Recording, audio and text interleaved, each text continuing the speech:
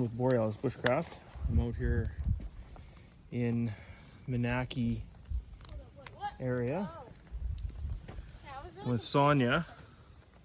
She thought I was losing my marbles and talking to myself. We're gonna do a little rock climbing tomorrow out of Gooseneck Cliffs.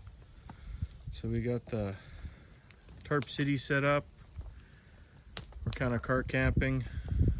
We got our fire with some really wet wood that was out here. And it is very much overcast and been kind of an on and off spit pretty much all afternoon, late afternoon. So we're somebody's running around in a hoodie because she forgot to bring a rain jacket. Okay, well, I don't think it was gonna rain this bad. So well, check the weather. There's this little thing called the weather report. I didn't have it on my thing. You didn't have it on your thing. Yeah, I didn't have the place we were going, So I didn't really it know. is very, very possible to make fire with wet wood. Now, Yeah, disclaimer, I cheated and used a little bit of Tinder Quick because guess what? We're not fucking around tonight. Yeah, I know. But on the bright side, we have lots of blueberries. We are literally surrounded by blueberries. That was a spark to the ankle. Cut me off here. Yeah, I know. Find a spot where. Got it. Here we go. Yeah. Zoom in and see. Got lots for breakfast. And lunch. And dinner. Yeah, right. And snack time. So oatmeal in the morning is going to be complemented with some blueberries. And that's the kid's job, is to pick the blueberries. Yay! I'll eat them. So this campsite is affectionately known among Winnipeg climbers in the Alpine Club of Canada as the Hilton. And you can kind of see why. It is absolutely gorgeous. Okay, what? And there's my two-tone Toyota up there. You can see Okay, that was my fault. I'm sorry. The white bumper. Somebody's learning how to drive. Yeah, thanks. Yeah, so anyway, we're gonna have some kebabs, souvlaki kebabs, with a little bit of rice for dinner. You know what we forgot? What? Freaking soya sauce. Oh well, shit happens. Salt and pepper. Ew. Or you can make blueberry rice. I'll take you for a little tour here. Sure it is. Sure it is. So I've been camping in this spot probably for the better part of 25 years.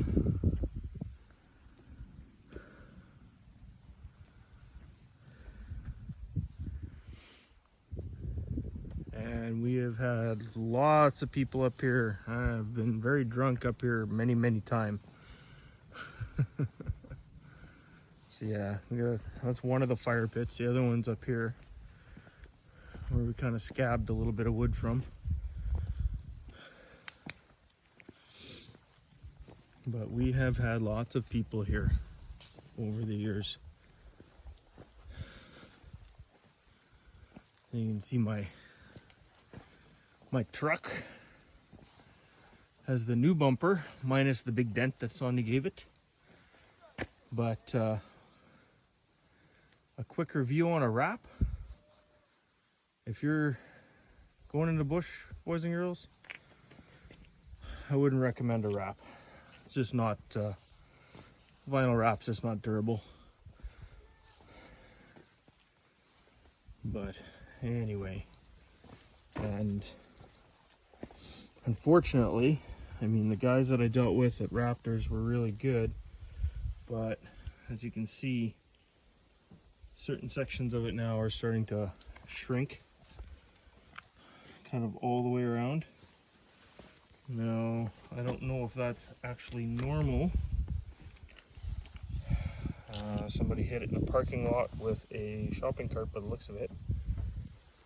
But yeah, it's shrinking, so the wife and I are gonna wait for a nice sunny day in the weekend and peel it all off. And then I think maybe income tax time it's gonna get Linexed.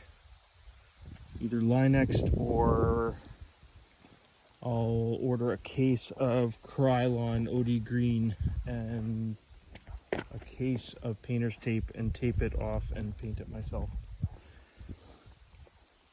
Yes, I'm painting a $38,000 vehicle. I know, I'm nuts. So yeah. Anyway, I'm gonna get back to the fire here. One of the major tricks to getting fires to stay lit in the rain. Yeah, have a kid who has a lot of energy. Yeah, exactly. That's part of it. Is you gotta get a base to light your fire on, so it's not on the wet ground.